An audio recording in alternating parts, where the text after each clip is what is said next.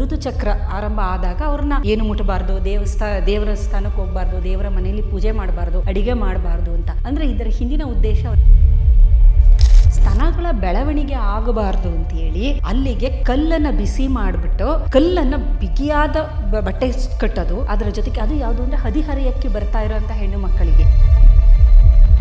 ಆಮೇಲೆ ಕಾದ ಒಂದು ಕಬ್ಬಿಣದ ಇರುತ್ತಲ್ಲ, ಒಂದು ಚಪ್ಪಟೆ ಆಗಿರೋಂಥದ್ದು, ಅದನ್ನ ಕಟ್ಟ ಅಂಥದ್ದು, ಅದನ್ನ ಇಟ್ಬಿಟ್ಟು ಅದ್ರ ಮೇಲೆ ಬಟ್ಟೆಯನ್ನು ಕಟ್ಟ ಅಂಥದ್ದು. ಇಲ್ಲಿ ಏನಂದ್ರೆ ಮುಖ್ಯ ಉದ್ದೇಶ ಸ್ತನಗಳು ಬೆಳವಣಿಗೆ ಆಗಬಾರ್ದು ಅಂತೇಳಿ. ಈ ಥರದನ್ನು ಮನೆಯವರೇ, ತಾಯಿ ಅಜ್ಜಿನೇ ಹೆಣ್ಣು ಮಕ್ಕಳಿಗೆ ಮಾಡುವಂತಹ ಒಂದು ಪ್ರಕ್ರಿಯೆ ನಿಜವಾಗ್ಲೂ ಅತ್ಯಂತ ಭಯಾನಕ ಅಂತಾನೆ ಹೇಳ್ಬೋದು. ತೀವ್ರವಾದ ನೋವಾಗುತ್ತೆ, ಸುಡೋದು ಆ ಜಾಗನ ಸುಟ್ಟೋಗೋದ್ರಿಂದ ತೀವ್ರವಾದ ನೋವು, ತೀವ್ರವಾದ ಸೋಂಕಾಗ್ಬಿಡುತ್ತೆ. ಅದಕ್ಕೋಸ್ಕರನೇ ಜನಸಾಮಾನ್ಯರಿಗೆ ಒಂದು ಲೈಂಗಿಕ ಆರೋಗ್ಯದ ಬಗ್ಗೆ ಅರಿವನ್ನ ನೀಡಬೇಕು. ನಾವು ಸಣ್ಣ ಮಕ್ಕಳಿಗೆ ಕಾಲನ್ನ ಸಂಪೂರ್ಣವಾಗಿ ಕಟ್ಬಿಡೋದು, ಒಂಥರ ಶೂಸ್ ಹಾಕಿ ಕಟ್ಬಿಡೋದು ಮಾಡಿ ಏನಂತಾರೆ, ಮೂಳೆಗಳು ಬೆಳೀತಾ ಇರಲಿಲ್ಲ, ಮಸಲ್ ಡಿಜನರೇಷನ್ ಆಗಿ ಅವರಿಗೆ ನಡೆಯೋಕೆ ಆಗೋದಿಲ್ಲ. ಒಂದು ಹುಡುಗಿ ಒಂದು ಪಾರ್ಟಿಗೆ ಹೋದ್ಲು, 5 ಜನ ಅವಳಿಗೆ ಗೊತ್ತಿರೋಂಥ ಹುಡುಗರಿಂದ ಅವಳಿಗೆ ಬಲಾತ್ಕಾರ ಆಯಿತು ಅಂತ ಅಂತಾರೆ. ಯಾರೋ ಒಂದು ಹುಡುಗ ಕರೆದು, ನನ್ನ ಫ್ರೆಂಡ್ಸ್ ರೂಮಲ್ಲಿ ಪಾರ್ಟಿ ಇದೆ ಹೋಗೋಣ ಅಂದಾಗ, ನೋಡು ಒಂದೇ ಹುಡುಗಿ ನೀನು, ಅವನನ್ನ ಎಷ್ಟು ನಂಬ್ತೀಯ ನೀನು, ಎಷ್ಟರ ಮಟ್ಟಿಗೆ ಅವರು ನಂಬಿಕೆಗೆ ಅರ್ಹರು, ನೀನು ಒಬ್ಳೆ ಅಲ್ಲಿ ಹೋಗ್ಬೇಕಾದ್ರೆ ನೀನು ತೆಗೆದುಕೊಳ್ಬೇಕಾದ ಮುನ್ನೆಚ್ಚರಿಕೆಗಳಿಗೇನು, ಈ ತರ ಒಂದಷ್ಟು ಅನಾಲಿಸಿಸ್ ಅದು ಮಾಡಿದಾಗ ಅದಕ್ಕೆ ಯಾರು ಹೊಣೆ?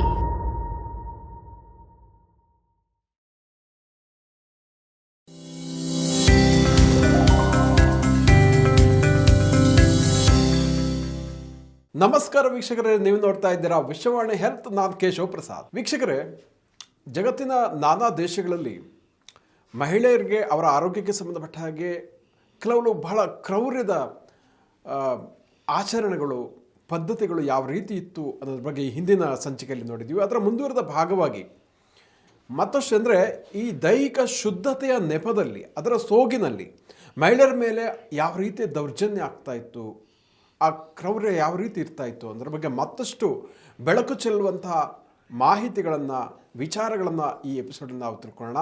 ಇದಕ್ಕಾಗಿ ನಮ್ಮ ಜೊತೆ ಇವತ್ತು ಮೈಸೂರು ವಿಶ್ವವಿದ್ಯಾಲಯದ ಜೆನೆಟಿಕ್ಸ್ ಆ್ಯಂಡ್ ಜೆನೋಮಿಕ್ಸ್ ವಿಭಾಗದ ಅಧ್ಯಕ್ಷರಾದ professor Suttur S Malini madam ಅವರು ನಮ್ಮ ಜೊತೆ ಎಂದಿನಂತ ಇದ್ದಾರೆ. ನೀವು ಅವರ ವಿಡಿಯೋಗಳನ್ನು ಸಾಕಷ್ಟು ನೋಡ್ತಾ ಇದ್ದೀರಿ. ಆ ನಿಟ್ಟಿನಲ್ಲಿ ಇದು ಮತ್ತೊಂದು ವಿಶಿಷ್ಟ ವಿಚಾರವಾಗಿ ಇವತ್ತು ಮಹಿಳೆಯರ ಶುದ್ಧತೆಯ ವಿಚಾರದಲ್ಲಿ ಆಗ್ತಾ ಇದ್ದ ಈ ದಂಡನೆಯ ಕ್ರೌರ್ಯ ಯಾವ ದೇಶಗಳಲ್ಲಿ ಇದೆ ಮತ್ತು ಯಾವ ರೀತಿಯಲ್ಲಿ ಅದು ನಡ್ಕೊಂಡು ಬರ್ತಾ ಇದೆ ಅನ್ನೋದ್ರ ಬಗ್ಗೆ ವಿಚಾರಗಳನ್ನ ತಿಳ್ಕೊಳ್ಳೋಣ. ಅದಕ್ಕಾಗಿ ಮತ್ತೊಮ್ಮೆ ಕಾರ್ಯಕ್ರಮಕ್ಕೆ ಅವ್ರನ್ನ ವೆಲ್ಕಮ್ ಮಾಡ್ತಾ, ನಮಸ್ಕಾರ ಮೇಡಮ್. ನಮಸ್ತೆ ಸರ್. ಸೊ ಈ ಹಿಂದಿನ ಸಂಚಿಕೆಯಲ್ಲಿ ತಾವು ಬಹಳ ಘನಘೋರವಾದಂಥ ಕ್ರೌರ್ಯ ಪರಂಪರೆ ಯಾವ ರೀತಿ ನಡ್ಕೊಂಡು ಬರ್ತಾ ಇತ್ತು, ಈಜಿಪ್ಟ್ ಇರ್ಬೋದು, ಇರಾನ್, ಇನ್ಕ್ಲೂಡಿಂಗ್ ಪಾಕಿಸ್ತಾನ ಕೆಲವು ಭಾಗಗಳಲ್ಲಿ, ಅದು ಬಹಳ ನಂಗಂತೂ ನಂಬಕ್ಕೆ ಆಗ್ತಾ ಇಲ್ಲ, ಇಷ್ಟೊಂದು ಕ್ರೌರ್ಯ ನಡೀತಾ ಇದೆಯಾ ಅನ್ನುವಂಥದ್ದು.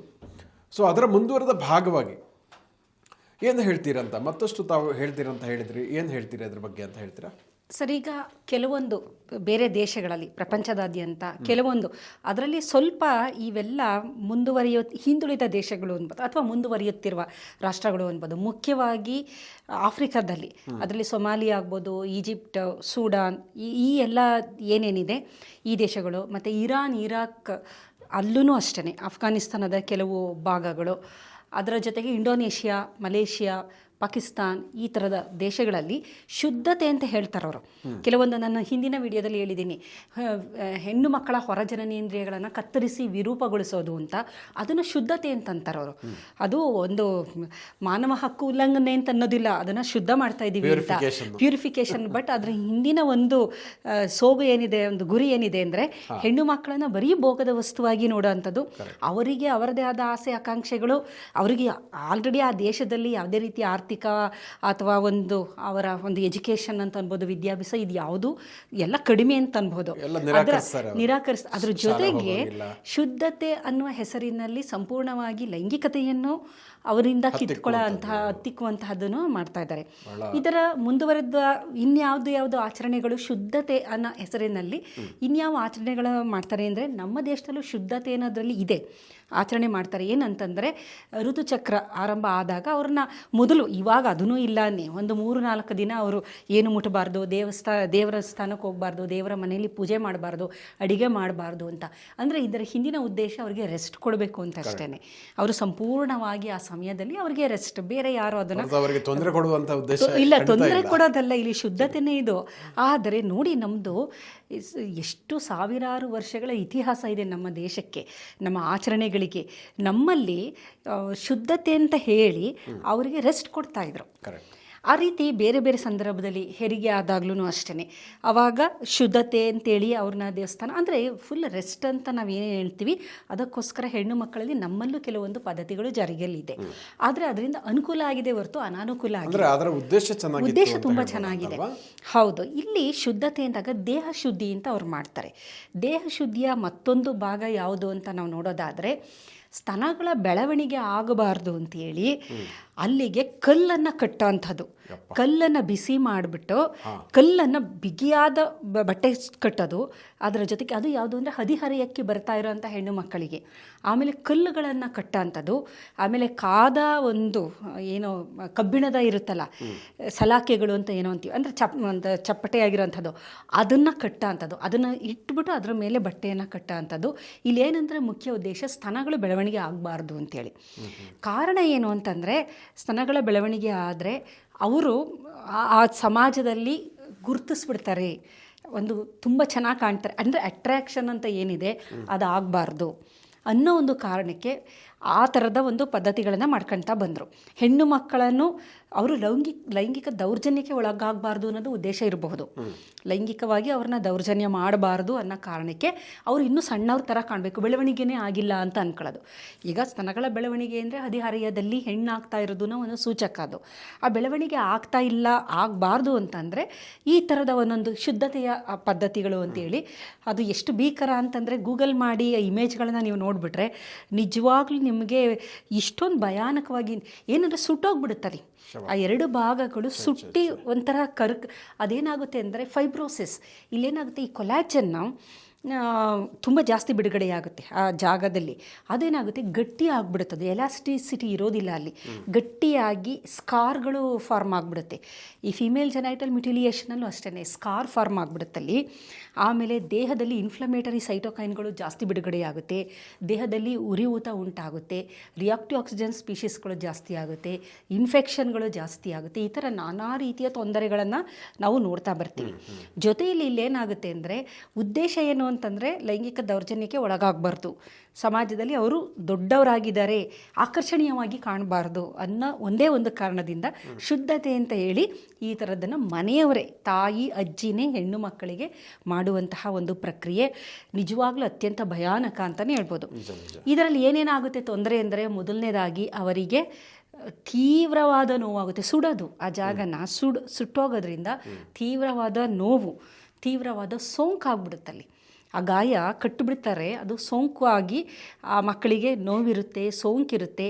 ಫೈಬ್ರೋಸಿಸ್ ಅಂತ ಆ ಜಾಗ ತುಂಬ ಸ್ಕಾರ್ ಎಲ್ಲ ಡೆವಲಪ್ ಆಗಿ, ಸ್ಕಾರ್ ಇರುತ್ತಲ್ಲ, ಗಟ್ಟಿ ಆಗಿಬಿಡುತ್ತದೆ, ಎಲಾಸ್ಟಿಸಿಟಿ ಇರೋದಿಲ್ಲ, ಅದು ಗಟ್ಟಿಯಾಗ ಅಂಥದ್ದು. ಅದ್ರ ಜೊತೆಗೆ ಇನ್ಫ್ಲಮೇಷನ್ ಜಾಸ್ತಿ ಆಗೋ ಅಂಥದ್ದು. ಆ ನೋವನ್ನ ತಡೆಯೋಕ್ಕಾಗದೆ ಎಷ್ಟೋ ಹೆಣ್ಣುಮಕ್ಕಳು ಸತ್ತೋಗಿರೋ ಅಂಥದ್ದು ಇದೆ. ಅಷ್ಟು ಭಯಾನಕವಾಗಿರುತ್ತೆ.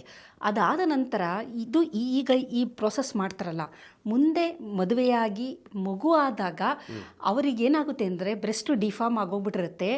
ಆಮೇಲೆ ಮಗುಗೆ ಹಾಲು ಕೊಡೋಕ್ಕೂ ಅವ್ರಿಗೆ ಆಗದೇ ಇರುವಂಥ ಒಂದು ಸ್ಥಿತಿ, ತುಂಬ ಕಷ್ಟ, ಏಕೆಂದರೆ ಎಲಾಸ್ಟಿಸಿಟಿ ಇರೋದಿಲ್ಲ ಅಲ್ಲಿ. ಹಾಗಾಗಿ ಇಂಥ ಒಂದು ಪರಿಸ್ಥಿತಿ ಇಲ್ಲಿ ಏನಂದರೆ ಶುದ್ಧತೆ ಹೆಸರಿನಲ್ಲಿ ಇದು ಮಾಡ್ತಾರೆ. ಆದರೆ ದೇಹದ ಈ ಅಂಗಾಂಗಗಳ ಬೆಳವಣಿಗೆ ನಿಲ್ಲಿಸೋದಕ್ಕೆ ಬರೀ ಈ ಥರ ಪ್ರೊಸೆಸ್ ಮಾಡಿದ್ರೆ ಆಗೋದಿಲ್ಲ. ಅದು ಎಂಟೈರ್ಲಿ ಹಾರ್ಮೋನಲ್ ಡಿಪೆಂಡೆಂಟ್. ಅದು ಈಗ ಮೂರ್ಖತನ. ಹೌದು, ಇದೇನಂದರೆ ಸುಮ್ಮನೆ ಶುದ್ಧತೆ ಎನ್ನುವ ಹೆಸರಿನಲ್ಲಿ ಅವೈಜ್ಞಾನಿಕವಾದದಿತ್ತು. ಇದ್ರ ಹಿಂದೆ ಒಂದು ಅವಿವೇಕನೇ, ಒಂದು ಸೈಂಟಿಫಿಕ್ ಬೇಸಿಸ್ ಏನೂ ಇಲ್ಲ. ಆ ಥರ ಕಟ್ಟಿದ ತಕ್ಷಣ ಅದು ಬೆಳವಣಿಗೆ ಆಗೋದಿಲ್ಲ ಅಂತ ಏನಲ್ಲ, ಇದು ಸಂಪೂರ್ಣವಾಗಿ ಹಾರ್ಮೋನ್ ಮೇಲೆ ಡಿಪೆಂಡ್ ಆಗಿರೋದು. ದೇಹದಲ್ಲಿ ಏನಾಗುತ್ತೆ ಅಂದರೆ ಹದಿಹರೆಯಕ್ಕೆ ಬರೋ ಅಷ್ಟೊತ್ತಿಗೆ ಕಿಸ್ ಪೆಪ್ಟಿನ್ ಅಂತ ಒಂದು ಹಾರ್ಮೋನು ಬಿಡುಗಡೆಯಾಗುತ್ತೆ. ದೇಹದಲ್ಲಿ ಕೊಬ್ಬು ಶೇಖರಣೆ ಆಗುತ್ತಲ್ಲ ದೇಹಕ್ಕೆ, ಅದಕ್ಕೆ ನೋಡಿ ಯಾವ ಮಕ್ಕಳಿಗೆ ಕೊಬ್ಬು ಅಂದರೆ ಸ್ವಲ್ಪ ಒಬೀಸ್ ಎಲ್ಲ ಇರ್ತಾರೆ, ಅವರಿಗೆ ಬೇಗ ಮೆನ್ಸ್ಟ್ರೇಷನ್ ಆರಂಭ ಆಗಿಬಿಡುತ್ತೆ. ದೇಹದಲ್ಲಿ ಕೊಲೆಸ್ಟ್ರಾಲ್ ಇರುತ್ತೆ, ಕೊಲೆಸ್ಟ್ರಾಲಿಂದ ಈ ಎಲ್ಲ ಹಾರ್ಮೋನುಗಳ ಪ್ರಿಕರ್ಸರ್, ಮೂಲ ಆಕರ ಕೊಲೆಸ್ಟ್ರಾಲ್. ಜಾಸ್ತಿ ಕೊಲೆಸ್ಟ್ರಾಲ್ ಯಾರು ಸೇವನೆ ಮಾಡ್ತಾರೆ, ದೇಹದಲ್ಲಿ ಜಾಸ್ತಿ ಕೊಲೆಸ್ಟ್ರಾಲ್ ಇದ್ದಾಗ ಅದರ ಮೂಲ ಆಕಾರ ಇದು. ಈಗ ಟೆಸ್ಟೋಸ್ಟಿರಾನ್ ಆಗ್ಬೋದು, ಎಸ್ಟ್ರೋಜನ್ ಆಗ್ಬೋದು, ಅಥವಾ ಕಿಸ್ಪೆಪ್ಟಿನ್ ಆಗ್ಬೋದು, ಇವುಗಳಿಗೆಲ್ಲ ಕೊಲೆಸ್ಟ್ರಾಲೇ ಬೇಕು. ಕೊಲೆಸ್ಟ್ರಾಲಿನಿಂದ ಬೇರೆ ಬೇರೆ ರೂಪವನ್ನು ಪಡೆದು ಅದು ಕೊನೆಗೆ ಬೇರೆ ಹಾರ್ಮೋನ್ ಆಗಿ ಅದು ಮಾರ್ಪಾಡು ಹೊಂದುತ್ತೆ. ಈ ಕಿಸ್ಪೆಪ್ಟಿನ್ ಏನು ಮಾಡುತ್ತೆ ಅಂದರೆ ನಮ್ಮ ಮೆದುಳಿನಲ್ಲಿ ಮುಖ್ಯವಾಗಿ ಹೈಪೋಥಲಾಮಸ್ ರೀಜನಲ್ಲಿ ಗೊನೆಡೋಟ್ರೋಪಿಕ್ ರಿಲೀಸಿಂಗ್ ಹಾರ್ಮೋನ್ ಅಂತ ಒಂದು ಹಾರ್ಮೋನನ್ನು ಬಿಡುಗಡೆ ಮಾಡುತ್ತೆ. ಈ ಗೊನೆಡೋಟ್ರೋಪಿಕ್ ರಿಲೀಸಿಂಗ್ ಹಾರ್ಮೋನ್ ಏನು ಮಾಡುತ್ತೆ, ಪಿಟ್ಯೂಟರಿಗೆ ಹೋಗಿ ಪಿಟ್ಯೂಟರಿಯಲ್ಲಿ follicular stimulating hormone, luteinising hormone ಅಂತ 2 ಹಾರ್ಮೋನನ್ನು ಬಿಡುಗಡೆ ಮಾಡುತ್ತೆ. ಈ follicular stimulating hormone, luteinising hormone ಓವರಿಸ್ಗೆ ಹೋಗಿ ಅಲ್ಲಿ ಅಂಡಾಣುಗಳು ಬೆಳವಣಿಗೆ ಆಗಬೇಕು, ಚೆನ್ನಾಗಿ matured. Primary follicle, secondary follicle ಅಂತೆಲ್ಲ ಇರುತ್ತೆ. ಪ್ರೈಮಾಡಿಯಮ್ ಸೆಲ್ಲಿಂದ ಪ್ರೈಮರಿ ಫಾಲಿಕಲ್ ಆಗುತ್ತೆ, ಸೆಕೆಂಡರಿ ಫಾಲಿಕಲ್ ಆಗುತ್ತೆ, ಆ್ಯಂಟ್ರಮ್ ಆಗುತ್ತೆ, ಆನಂತರ ಅದು ಓವಮ್ ಅಂತ ಅಂತೀವಲ್ಲ ಅದಾಗಿ ಓವ್ಯುಲೇಷನ್ನು ಆಗುವಂಥದ್ದು. ಇದು ನಿಜವಾದ ಒಂದು ಪ್ರಕ್ರಿಯೆ. ಇದು ಬಿಡುಗಡೆಯಾಗಿ ಏನಾಗುತ್ತೆ, ಈ follicular stimulating hormone, luteinising hormone ಎಸ್ಟ್ರೋಜನ್ನ ಬಿಡುಗಡೆ ಮಾಡ್ತಾ ಬರುತ್ತೆ. ಎಸ್ಟ್ರೋಜನ್ನಲ್ಲಿ ಎಸ್ಟ್ರಿಡಿಯಾಲು ಸುಮಾರು ಥರ ಇದೆ. ಎಸ್ಟ್ರೋಜನ್ನಲ್ಲಿ 3 ವಿಧಗಳಿದೆ. ಅವುಗಳು ಇಂಟರ್ನ್ ಏನಾಗುತ್ತೆ, ಅವುಗಳ ರೆಸೆಪ್ಟಾರ್ ಮೇಲೆ ಬೈಂಡ್ ಆಗಿ ಈ ದೇಹದಲ್ಲಿ ನಾನಾ ರೀತಿಯ ಹದಿಹರೆಯದಲ್ಲಿ ಸೆಕೆಂಡ್ರಿ ಸೆಕ್ಷುಯಲ್ ಕ್ಯಾರೆಕ್ಟರ್ಸ್ ಅಂತ ನಾವೇನು ಹೇಳ್ತೀವಿ, ಆ ಬದಲಾವಣೆಗಳನ್ನು ಹೆಣ್ಣು ಮಕ್ಕಳಲ್ಲಿ ಮಾಡುತ್ತೆ. ಇದೇ ಪ್ರಾಸೆಸ್ಸು ಮೇಲಲ್ಲೂ ಇದೇನೆ. ಸೇಮ್ ಹಾರ್ಮೋನ್ಗಳು, kisspeptin, GnRH, gonadotropic releasing hormone, follicular stimulating hormone, luteinising hormone ಟೆಸ್ಟಿಸ್ಗೆ ಹೋಗಿ LH ಲ್ಯೂಟಿನೈಸಿಂಗ್ ಹಾರ್ಮೋನು ಟೆಸ್ಟಿಸಲ್ಲಿ ಲಿಡಿಕ್ ಸೆಲ್ಸ್ ಜೊತೆ ಬೈಂಡ್ ಆಗಿ ಟೆಸ್ಟೋಸ್ಟಿರಾನ್ನ ಬಿಡುಗಡೆ ಮಾಡೋದು. ಅಲ್ಲಿ ಟೆಸ್ಟೋಸ್ಟಿರಾನ್ ಹಾರ್ಮೋನ್ ಬಿಡುಗಡೆ ಆಗುತ್ತೆ, ಇಲ್ಲಿ ಎಸ್ಟ್ರೋಜನ್ ಹಾರ್ಮೋನು ಬಿಡುಗಡೆ ಆಗುತ್ತೆ. ಸೊ ಅದಕ್ಕೆ ಹದಿಹರೆಯಕ್ಕೆ ಬಂದ ಮಕ್ಕಳು, ಮಗು ಅಲ್ಲ ಅದು, ಅದರಲ್ಲಿ ದೇಹದಲ್ಲಿ ಬದಲಾವಣೆಗಳು ನಾವು ನೋಡ್ತೀವಿ. ಗಡ್ಡ ಮೀಸೆ ಬೆಳೆಯೋದು, ವಾಯ್ಸ್ ಚೇಂಜ್ ಆಗೋದು, ಆಮೇಲೆ ಟೆಸ್ಟೋಸ್ಟಿರಾನ್ ಜಾಸ್ತಿ ಆದಂಗೆ ರಿಸ್ಕ್ ಟೇಕಿಂಗ್. ಗಂಡು ಮಕ್ಕಳು ಅಂದರೆ ಸ್ವಲ್ಪ ರಿಸ್ಕ್ ಜಾಸ್ತಿ ತಗೊಳ್ಳೋವಂಥದ್ದು. ಹೆಣ್ಣು ಮಕ್ಕಳಲ್ಲಿ ಒಂದು ಪ್ರೌಢಿಮೆ ಬರುತ್ತೆ, ಆಮೇಲೆ ಬಾಡಿಲಿ ಚೇಂಜಸ್ಗಳಾಗ್ತಾ ಬರುತ್ತೆ. ಇದೆಲ್ಲ ಆಗೋದು ಹಾರ್ಮೋನ್ಸಿಂದ. ಇವರು ಬಟ್ಟೆ ಕಟ್ಟಿದ್ರೆ, ಕಲ್ಲು ಕಟ್ಟಿದ್ರೆ ಇದು ಏನು ಮಾಡೋಕ್ಕೆ ತಡೆಯೋಕ್ಕಾಗದೇ ಇರೋ ಅಂಥದ್ದು. ಅಂದರೆ ಜನರ ಒಂದು ಮೂಢನಂಬಿಕೆ ಮೂಲತನ ಎಷ್ಟಿದೆ ಅಂದರೆ ಈಗಲೂ ಸಹ ಇದರ ಬಗ್ಗೆ ಅದಕ್ಕೋಸ್ಕರನೇ ಜನರಿಗೆ, ಜನಸಾಮಾನ್ಯರಿಗೆ ಒಂದು ಲೈಂಗಿಕ ಆರೋಗ್ಯದ ಬಗ್ಗೆ ಅರಿವನ್ನು ನೀಡಬೇಕು ನಾವು. ಬರೀ ದೊಡ್ಡವ್ರಿಗೆ ಮಾತ್ರ ಅಲ್ಲ, ಸಣ್ಣ ಮಕ್ಕಳಿಂದ ಅವರಿಗೆ, ಹದಿಹರೆಯದವರಿಗೆ, ಮತ್ತು ಯೂತ್ಗಳಿಗೆ, ಯುವ ಜನತೆಗೆ, ವಯಸ್ಸಾದವರಿಗೆ, ಇಷ್ಟೂ ಜನಕ್ಕೂ ಸೈಂಟಿಫಿಕ್ಕಾಗಿ, ವೈಜ್ಞಾನಿಕವಾಗಿ ನಮ್ಮ ದೇಹ ಏನು, ದೇಹದಲ್ಲಿ ಯಾವ್ಯಾವುದು ಅಂಗಾಂಗಗಳ ಕೆಲಸ ಏನಿದೆ, ಆಮೇಲೆ ಯಾವುದು ಯಾವ ಹಾರ್ಮೋನನ್ನು ರಿಲೀಸ್ ಮಾಡುತ್ತೆ, ಆ ಹಾರ್ಮೋನಿನ ಕೆಲಸಗಳಿಗೇನು, ಬಹಳ ಮುಖ್ಯ. ಅದು ಹಾರ್ಮೋನಿನ ಕೆಲಸ ಏನು, ಹಾರ್ಮೋನು ಜಾಸ್ತಿ ಬಿಡುಗಡೆ ಆದರೆ ಏನಾಗುತ್ತೆ, ಕಮ್ಮಿ ಬಿಡುಗಡೆ ಆದರೆ ಏನಾಗುತ್ತೆ, ಅದು ನಾರ್ಮಲ್ ಆಗಿದ್ದಾಗ ಏನಾಗುತ್ತೆ, ಜಾಸ್ತಿ ಆದಾಗ ಯಾವ ತೊಂದರೆ ಆಗ್ಬೋದು, ಕಡಿಮೆ ಆದಾಗ ಯಾವ ತೊಂದರೆ, ಮತ್ತು ಈ ಹಾರ್ಮೋನ್ ಹೆಚ್ಚು ಮತ್ತು ಜಾಸ್ತಿ ಆಗದಿದ್ದ ಹಾಗೆ, ಕಡಿಮೆ ಆಗದಿದ್ದ ಹಾಗೆ ನಿಗ್ರಹಿಸುವುದು ಹೇಗೆ, ಇಷ್ಟು ನಾವು ತಿಳ್ಕೊಟ್ರೆ ನಮ್ಮ ಸಮಾಜನ ಒಂದಷ್ಟು ಕ್ಲೀನ್ ಮಾಡ್ದಂಗೆ ಆಗುತ್ತೆ. ಈಗ ಜನಕ್ಕೆ ಏನಕ್ಕೆ ಹಿಂಗೆಲ್ಲ ಬಾಡಿಲಿ ಚೇಂಜಸ್ ಆಗ್ತಿದೆ, ನನ್ಗೆ ಯಾಕೆ ಈ ಥರ ಭಾವನೆ ಬರ್ತಾ ಇದೆ ಅನ್ನೋದು ಅವನಿಗೆ ಗೊತ್ತಾದರೆ, ಓಹೋ ಇದು ಈ ಹಾರ್ಮೋನಿನಿಂದ ಈ ಥರ ಆಗ್ತಾ ಇರೋದು ಅಂದರೆ ಅದನ್ನು ನಿಗ್ರಹಿಸುವಂತಹ, ಕಂಟ್ರೋಲ್ ಮಾಡುವಂತಹ, ನಿಯಂತ್ರಣ ಮಾಡುವಂತಹ ಮನಸ್ಥಿತಿನೂ ಬರುತ್ತೆ. ಇಲ್ಲ ಅಂದರೆ ಅದು ಬರೀ ಆಸೆ ಥರ ಆಗ್ಬಿಟ್ಟು, ಭಯಕ್ಕೆ ಆಸೆ ಆಗಬಾರ್ದು. ಅದಕ್ಕೆ ಕಾರಣಗಳನ್ನು ನಾವು ಹುಡುಕ್ತಾ ಹೋಗ್ಬೇಕು. ನೋಡಿ, ನೀವು ಸುಮಾರು ಸರಿ ಹೇಳಿದಿರಿ, ಈ ಹಿಂಭಾಗದ ಮಿದುಳು, ಮುಂಭಾಗದ ಮಿದುಳು, ಖಂಡಿತ ಸೊ ಅದರ ಕೆಲಸಗಳು, ಹಿಂಭಾಗದ ಸರೀಸೃಪದ ಮೃಗೀಯ ವರ್ತನೆಗೆ ಕಾರಣವಾಗುವ ಮಿದುಳು, ಅದ ಏನಕ್ಕೆ ಬೇಕಾಗುತ್ತೆ, ಖಂಡಿತ. ಸೊ ಮುಂದಿನ ಭಾಗದ ಮಿದುಳು, ಈ ತರ ವಿಚಾರಗಳನ್ನು ತಿಳ್ಕೊಂಡ್ರೆ ಅವ್ರಿಗೆ ಯಾಕೆ ಕೋಪ ಬರುತ್ತೆ, ಯಾಕೆ ಈ ಕಾಮಕ್ರೋಧಾದಿ, ಮತ್ಸರ ಇದೆಲ್ಲ ಯಾಕೆ ಉಂಟಾಗುತ್ತೆ, ಇದೆಲ್ಲ ಗೊತ್ತಾಗುತ್ತೆ ಅಂತ ಅವ್ರು ಕಂಟ್ರೋಲ್ ಮಾಡ್ತಾರೆ ಆಟೋಮೆಟಿಕ್ಲಿ. ಈಗ ನೋಡಿ, ಇತ್ತೀಚೆಗೆ ನೀವು ನ್ಯೂಸಲ್ಲೆಲ್ಲ ನೋಡ್ತಿರ್ತೀರಲ್ಲ, ಒಂದು ಹುಡುಗಿ ಒಂದು ಪಾರ್ಟಿಗೆ ಹೋದ್ಲು, 5 ಜನ ಅವಳಿಗೆ ಗೊತ್ತಿರೋಂಥ ಹುಡುಗರಿಂದ ಅವಳಿಗೆ ಬಲಾತ್ಕಾರ ಆಯಿತು ಅಂತ ಅಂತಾರೆ.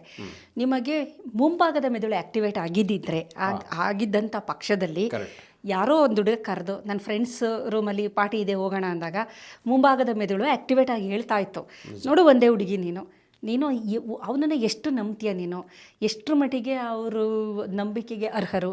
ನೀನು ಒಬ್ಬಳೇ ಅಲ್ಲಿ ಹೋಗ್ಬೇಕಾದ್ರೆ ನೀನು ತೆಗೆದುಕೊಳ್ಬೇಕಾದ ಮುನ್ನೆಚ್ಚರಿಕೆಗಳೇನು, ನೀನು ಹೋಗಲೇಬೇಕಾದಂಥ ಅವಶ್ಯಕತೆ ಏನಿದೆ, ಈ ಥರ ಒಂದಷ್ಟು ಅನಾಲಿಸಿಸ್ ಅದು ಮಾಡಿದಾಗ ಈ ಥರದ ಅಪಾಯಗಳಿಂದ ಪಾರಾಗಬಹುದು. ಇದು ಎರಡೂ ಕಡೆ, ಈಗ ಸಂತ್ರಸ್ತೆಯ ಕಡೆಯಿಂದಲೂ ಆಗುತ್ತೆ, ಅವ್ರ ಕಡೆಯಿಂದ ಹೌದು, ಅವರು ಪ್ಲಾನ್ ಮಾಡಿರ್ತಾರೆ ಬಟ್ ವಿಕ್ಟಿಮೈಸ್ ಆಗೋದು ನೀನ್ ತಾನೆ. ನೀನು ಅಲ್ಲಿಗೆ ಹೋಗ್ಬೇಕೋ ಬೇಡವೋ ಅನ್ನೋದು ನೀನು ಯೋಚನೆ ಮಾಡಬೇಕು. ಆ ಜಾಗ ಸುರಕ್ಷಿತವೇ ಇಲ್ಲವೇ, ಅಕಸ್ಮಾತ್ ಏನಾದ್ರು ತೊಂದರೆ ಆದರೆ ನಂತರ ಏನಾಗಬಹುದು ಅನ್ನೋದು ಮುಂಭಾಗದ ಮೇಲೆ ಒಂದು ಪಿಕ್ಚರ್ ಕೊಡುತ್ತೆ ನಿನಗೆ. ಬೈ ಚಾನ್ಸ್ ಆಯಿತು, ನೀನು ಹೋದಾಗ ಏನೋ ಒಂದು ಅನಾಹುತ ಆಯಿತು, ಅದಕ್ಕೆ ಯಾರು ಹೊಣೆ, ಮುಂದೆ ಏನೇನು ನೀನು ಅನುಭವಿಸ್ಬೇಕು ಅನ್ನೋದು ಒಂದು ಪಿಕ್ಚರ್ ಕೊಡುತ್ತೆ. ಅದು ಎಷ್ಟು ನಾವು ಮೂಡ್ರು ಅಂತ ಅನ್ಬೋದು ಅವ್ರನ್ನ, ಏಕೆಂದರೆ ಅದನ್ನು ಯೋಚನೆಯೇ ಮಾಡದೆ ನೀನು ನಂಬ್ಕೊಂಡು ಹೋಗಬೇಕು ಅಂತಂದರೆ ನೀನು ಹಿಂಭಾಗದ ಮೆದುಳೇ ಕೇಳ್ತಾ ಇರೋದು. ನಿಮಗೇನು ಅಂತಂದರೆ ಒಂದು ಬಯಕೆ, ಆಕರ್ಷಣೆ, ಆಸೆ, ಅವರು ತೋರಿಸುವ ಆಮಿಷಗಳು, ಎಂಜಾಯ್ ಮಾಡಬೇಕು ಅನ್ನೋಂಥದ್ದು, ಈ ಥರದಕ್ಕೆ. ಆದರೆ ಮುಂಭಾಗದ ಮೆದುಳು ಅದಕ್ಕೋಸ್ಕರನೇ ನೋಡಿ ಈ ಹಾರ್ಮೋನ್ ಬಿಡುಗಡೆ ಆಗಿದೆ. ಆದರೆ ಅದನ್ನು ನಿಯಂತ್ರಿಸುವುದು ಯಾವ ರೀತಿ ಅನ್ನೋದು ನಮಗೆ ಗೊತ್ತಾಗಬೇಕು ಅಂದರೆ ಇದರ ಬಗ್ಗೆ ನಮಗೆ ಒಂದು ಅರಿವು ಇದ್ದಾಗ ಮಾತ್ರ ಇದು ಸಾಧ್ಯ. ಇಲ್ಲ ಅಂದರೆ ಯಾರು ಎಷ್ಟೇ ಯಾವುದೇ ರೀತಿ ಕಾನೂನು ತರಲಿ, ಏನೇ ನೀವು ಹೇಳಿದ್ರೋ, ಜನರಿಗೆ ಅವರಿಗೆ ಅದ್ರ ಬಗ್ಗೆ ಅರಿವಿಲ್ಲ ಅಂದರೆ ಅವ್ರನ್ನ ರಕ್ಷಣೆ ಮಾಡೋಕ್ಕೆ ಸದಾಕಾಲ ಪೊಲೀಸ್ ಯಾರೂ ಇರೋದಿಲ್ಲ, ತಂದೆ ತಾಯಿಗಳು ಯಾರೂ ಇರೋಲ್ಲ, ಯಾವುದೂ ಇರೋಕ್ಕೆ ಸಾಧ್ಯ ಇಲ್ಲ. ಪ್ಲಸ್ ಜನ ಅವರ ಮೂಢತನವನ್ನು, ಅವರ ಒಂದು ಮೃಗೀಯ ವರ್ತನೆಗಳನ್ನು ಅವರೇ ಕಂಟ್ರೋಲ್ ಮಾಡೋಕ್ಕಾಗಲ್ಲ, ಆಗೋದಿಲ್ಲ ಅಲ್ವಾ. ಹಾಗಾಗಿ ಇದು ಒಂದು ಪ್ರಕ್ರಿಯೆನ ಅವರು ಮಾಡ್ತಾಯಿದ್ರು. ಇದರ ಜೊತೆಗೆ ಲೆಬಿಯಾ ಮೈನರ್ ಅಂತ ಮಹಿಳೆಯರ ಹೊರ ಜನನೇಂದ್ರಿಯದ್ದು, ಅದು ದೊಡ್ಡದಿದ್ದರೆ ಅವರು ಶುದ್ಧರು ಅನ್ನೋ ಒಂದು ಮೂಢನಂಬಿಕೆ. ಅದನ್ನು ಆ ಒಂದು ಪ್ರಾಸೆಸ್ಗೋಸ್ಕರ ಅದನ್ನು ಇಕ್ಕಳದಿಂದ ಎಳೆದು ದೊಡ್ಡದು ಮಾಡೋ ಅಂಥದ್ದು. ಇದು ಎಲ್ಲ ಈಗಲೂ ನಡೀತಿರೋ ಅಂಥದ್ದು. ಇದು ಜನಸಾಮಾನ್ಯರಿಗೆ ಗೊತ್ತಿಲ್ಲ. ಆದರೆ ನಮಗೆ ಭಾರತೀಯರಿಗೆ ನಾವು ಇದಕ್ಕೆಲ್ಲ ಎಕ್ಸ್ಪೋಸ್ ಆಗಿಲ್ಲ. ಹಾಗಾಗಿ ನಮಗೆ ಹೊಸ ವಿಚಾರಗಳು ಅನಿಸುತ್ತೆ. ಇದನ್ನು ಎಳೆದು ಅದನ್ನು ದೊಡ್ಡದು ಮಾಡೋ ಅಂಥ ವಿಚಾರಗಳು. ಏನಕ್ಕೆ ಅಂದರೆ ಎಲ್ಲ ಫೈನಲಿ ನೋಡೋದಾದರೆ ಲೈಂಗಿಕತೆಗೆ ಸಂಬಂಧಿಸಿದಂಥದ್ದು. ಹೆಚ್ಚು ಒಂದು ಲೈಂಗಿಕ ಆಸಕ್ತಿ ಹೋಗಬೇಕು ಅನ್ನೋದು ಒಂದು ಕಡೆ, ಆಮೇಲೆ ಲೈಂಗಿಕತೆಗೆ ಹೆಚ್ಚು ಆಕೆ ಸ್ಪಂದಿಸಬೇಕು ಅನ್ನೋದು, ಈ ಥರ ಬರೀ ಅದಕ್ಕೋಸ್ಕರ. ಆದರೆ ಅವೈಜ್ಞಾನಿಕವಾಗಿ ಇದನ್ನು ನಡೆಸ್ತಾಯಿದ್ರು. ಇದರ ಜೊತೆಗೆ ಶುದ್ಧತೆ ಅಂತೇಳಿ ಇನ್ನೊಂದು ಪದ್ಧತಿ ಚೈನಾದಲ್ಲಿತ್ತು, ಬಟ್ ಅದು ಇವಾಗ ಜಾರಿಲಿಲ್ಲ. ಅದು ಸಂಪೂರ್ಣ ಹಿಂದೆನೇ ಚೈನಾದ ರಾಜರುಗಳ ಆಳ್ವಿಕೆಯ ಕಾಲದಲ್ಲಿ. ಏನಂತಂದರೆ ಅದು ತುಂಬ ಅಮಾನವೀಯ ಅನ್ಬೋದು. ಕಾಲುಗಳು ಕಮಲದಂಗೆ ಇರಬೇಕು, ಪಾದ ಕಮಲದ ಥರ ಪಾದಗಳಿರಬೇಕು, ಲೋಟಸ್ ಫುಟ್ ಅಂತ ಅದಕ್ಕೆ ಕರೀತಾರೆ. ಹಾಗಲ್ಲ ಅಂದರೆ ಒಂಥರ ಆ ಶೇಪ್ ಹಿಂಗೆ ಬರಬೇಕು ಅಂತ ಏನು ಮಾಡೋರು, ಸಣ್ಣ ಮಕ್ಕಳಿಗೆ ಕಾಲನ್ನು ಸಂಪೂರ್ಣವಾಗಿ ಕಟ್ಟಿಬಿಡೋದು, ಒಂಥರ ಶೂಸ್ ಹಾಕಿ ಕಟ್ಟಿಬಿಡೋದು ಮಾಡಿ. ಏನಂತಾರೆ, ಮೂಳೆಗಳು ಬೆಳೀತಾ ಇರಲಿಲ್ಲ, ಮೂಳೆ ಬೋನ್ ಡಿಫಾರ್ಮಿಟಿ, ಮಸಲ್ ಡಿಜನರೇಷನ್ ಆಗಿ ಅವರಿಗೆ ನಡೆಯೋಕ್ಕೆ ಆಗೋದಿಲ್ಲ. ಆ ಥರದ್ದು ಪರಿಸ್ಥಿತಿ, ಅತಿಯಾದ ನೋವು, ನಡೆಯೋಕ್ಕೆ ಆಗೋದಿಲ್ಲ, ಇನ್ಫೆಕ್ಷನ್ನು, ಇದೆಲ್ಲ ಆಗುವಂಥದ್ದು. ಕಾಲೆಲ್ಲ ತಿರ್ಕೊಂಬಿಟ್ಟಿರ್ತದೆ, ಒಂಥರ ಹಿಂಗೆ ಕೂಡ್ಕೊಂಬಿಟ್ಟಿರುತ್ತೆ. ಅದು ತುಂಬ ಪ್ರಶಸ್ತ್ಯ. ಅದು ಆ ಥರ ಪಾದ ಇದ್ದವರು ತುಂಬ ಲಕ್ಕಿ. ಆ ಥರ ಪಾದ ಇದ್ದವರಿಗೆ ತುಂಬ ಪ್ರಾಮುಖ್ಯತೆ ಅಂತೇಳಿ ಸಣ್ಣ ಅದು ಹೆಣ್ಣು ಮಕ್ಕಳ ಮೇಲೆ ಎಲ್ಲ ನಡೆದಿರೋದು. ಹೆಣ್ಮಕ್ಳ ಮೇಲೆ ಇಲ್ಲ ಯಾವುದೂ ಇಲ್ಲ. ಹಾಗಾಗಿ ಅದು ಲೋಟಸ್ ಫುಟ್ ಅಂತೇಳಿ. ಬಟ್ ಅವೆಲ್ಲ ಈಗ ಯಾವುದು ಅದಿಲ್ಲ, ಅದನ್ನು ಬಹಳ ಹಿಂದೆನೇ ಅದನ್ನು ಒಂದು ನಿಷೇಧ ಮಾಡಿದ್ದಾರೆ. ಬಟ್ ಈಗ ನಾನು ಹೇಳಿದಂಥ ಫೀಮೇಲ್ ಜೆನೈಲ್ ಮ್ಯುಟಿಲಿಯೇಷನ್ ಆಗ್ಬೋದು, ಅಥವಾ ಸ್ತನಗಳನ್ನು ಗಟ್ಟಿಯಾಗಿ ಕಟ್ಟಿ ಅದನ್ನು ಸಣ್ಣದಾಗಿ ಮಾಡುವಂಥದ್ದು, ಇದೆಲ್ಲ ಈಗಲೂ ಸಹ ಕೆಲವು ಪ್ರದೇಶದಲ್ಲಿ ಅದು WHO ಬಹಳ ಇದರ ಬಗ್ಗೆ ಜಾಗೃತಿ ಮೂಡಿಸ್ತಾ ಇದ್ರೂ ಸಹ ಇಂದೂ ಸಹ ಇದು ಜಾರಿಯಲ್ಲಿದೆ. ಭಾಳ ಘನಘೋರ ಅಂತಲೇ ಅನಿಸುತ್ತೆ. ಹೌದು, ನಿಜಕ್ಕೂ ಕೂಡ ಒಂದು ಐ ಓಪನಿಂಗ್ ಸೆಷನ್ ಇದು. ಯಾಕಂದರೆ ಈ ರೀತಿಯ ಆಚರಣೆಗಳು ಇದುವರೆಗೆ ಏನಾಗಿತ್ತಂದರೆ ಇಂಡಿಯಾದಲ್ಲಿ ಒಂದಷ್ಟು ಆಚರಣೆಗಳಿದೆ, ಅದ್ರ ಬಗ್ಗೆ ತುಂಬ ವೆಸ್ಟರ್ನ್ ಮೀಡಿಯಾಗಳೆಲ್ಲ ತುಂಬ ಹೈಲೈಟ್ ಮಾಡಿ ನಮ್ಮನ್ನ ತುಂಬ ಬೇರೆ ಥರ ನೋಡ್ತಾರೆ. ಈಗ ನೋಡಿ, ಕಾಡುಗೊಲ್ಲರಲ್ಲಿ ಅವರು ಹೆರಿಗೆ ಆದ ಮಗು ಮತ್ತು ತಾಯಿಯನ್ನು ಒಂದು ಅಪವಿತ್ರ ಅಂತ ಊರಿನಿಂದ ಹೊರಗಡೆ ಒಂದು ಅವ್ರಿಗೆ ಗುಡಿಸ್ಲೇನೋ ಮಾಡ್ತಾಯಿದ್ರು. ಅದ್ರ ಬಗ್ಗೆ ಎಲ್ಲ ಕಡೆ ಮೀಡಿಯಾದಲ್ಲಿ ಇದು ಮಾಡಿ ಈ ಥರ ಅಂತೇಳಿ ಅದ್ರ ಬಗ್ಗೆ ಈಗ ಅವರಲ್ಲೂ ಅರಿವಿದೆ. ಆದರೆ ಅದು ಒಂದು ರೀತಿ ಅದು ಅಮಾನವೀಯ ಆದರೂ ಅದಕ್ಕಿಂತ ಇದು ಇನ್ನೂ ಒಂದು ಕೈ ಹೆಚ್ಚೆ ಅಂತ ಹೇಳಲಿಕ್ಕೆ ಅಂದ್ಕೊಂಡಿದ್ದೆ. ಯಾಕಂದರೆ ಭಾರತದಲ್ಲಿ ನಾನು ಇಲ್ಲ ಅಂತ ಹೇಳಲ್ಲ, ಕೆಲವೊಂದು ಇದೆ ಅಜ್ಞಾನದಿಂದ, ಕೆಲವೊಂದು ಹೋಗ್ತಾ ಇದೆ, ಸುಧಾರಣೆ ಆಗ್ತಾ ಇದೆ. ಅಟ್ಲೀಸ್ಟ್ ಆ ಒಂದು ಸ್ವಾತಂತ್ರ್ಯ ಇದೆ, ರಿಫಾರ್ಮೇಶನ್ ಮಾಡೋದಕ್ಕೆ ಸ್ಪೇಸ್ ಇದೆ. ಸೊ ಬಟ್ ಅದಕ್ಕೆ ಯಾವುದಕ್ಕೂ ಅವಕಾಶ ಇಲ್ಲದ ಹಾಗೆ ಈ ಥರ ದೇಶಗಳಲ್ಲಿ ಈ ರೀತಿಯ ನೀವು ಹೇಳಿದ್ರಲ್ಲ, ಘನಘೋರವಾದ ಕ್ರೌರ್ಯ, ಹಿಂಸೆ ಹೆಣ್ಮಕ್ಳಿಗೆ ಆಗಿರುವಂಥದ್ದು ನೇಸ್ಕೊಳ್ಳಲಿಕ್ಕೆ ಸಾಧ್ಯ ಇಲ್ಲದಂಥ ಇದು ವಿಚಾರಗಳಿದು. ಸೊ ಅದು ಇದೆ ಅನ್ನುವಂಥದ್ದು ನಿಜಕ್ಕೂ ಕೂಡ ದೂರದ ಬೆಟ್ಟ ನುಣ್ಣಗೆ ಅಂತ ನಾವು ಯಾವುದೋ ಬೇರೆ ದೇಶಗಳನ್ನು ನೋಡಿ ಅಲ್ಲಿ ತುಂಬಾ ಚೆನ್ನಾಗಿದೆ, ನಮ್ಮಲ್ಲಿ ಎಲ್ಲ ಯಾವುದು ಸರಿ ಇಲ್ಲ ಅಂತ ಅಂತೀವಲ್ಲ, ಖಂಡಿತ ತಪ್ಪು. ನಮ್ಮಲ್ಲಿ ಸಣ್ಣ ಪುಟ್ಟದ್ದು ಕೊರತೆಗಳಿರ್ಬೋದು, ಆದ್ರೂ ಸಹ ಇಲ್ಲಿಗಿಂತ ಜಾಸ್ತಿ ವಿಪರೀತ ಮತ್ತೆ ಕ್ರೌರ್ಯದ ಪರಮಾವಧಿ ಅನ್ಬೋದು, ಆ ರೀತಿಯದ್ದು ಇದೆ ಅನ್ನುವಂಥದ್ದು ನಿಜವಾಗಿ ತಿಳ್ಕೊಳ್ಬೇಕಾದಂತೆ. ಸೊ ಹಾಗಾಗಿ ಅದರಿಂದ ಏನಾಗುತ್ತೆ ಅಂದ್ರೆ ಅಟ್ಲೀಸ್ಟ್ ನಮ್ಮಲ್ಲಿರೋ ಕೀಳರಿಮೆ ಹೊರಟು ಹೋಗೋ ಚಾನ್ಸ್ ಇರುತ್ತೆ. ಸೊ ಹಾಗಾಗಿ ಇಂಥ ಒಂದು ಉಪಯುಕ್ತವಾದ ವಿಚಾರವನ್ನು ತಿಳಿಸಿಕೊಟ್ಟಿದ್ದೀರಾ ಬಹಳ ವಿವರವಾಗಿ, ಅದಕ್ಕಾಗಿ ಧನ್ಯವಾದಗಳು. ವೀಕ್ಷಕರ, ಇಂತಹ ಮತ್ತಷ್ಟು ಉಪಯುಕ್ತ ವಿಡಿಯೋಗಳಿಗೆ ವಿಶ್ವವಾಣಿ ಹೆಲ್ತ್ ಯೂಟ್ಯೂಬ್ ಚಾನಲನ್ನು ವೀಕ್ಷಿಸಿ ಮತ್ತು ಸಬ್ಸ್ಕ್ರೈಬ್ ಮಾಡಿ. ವಂದನೆಗಳು.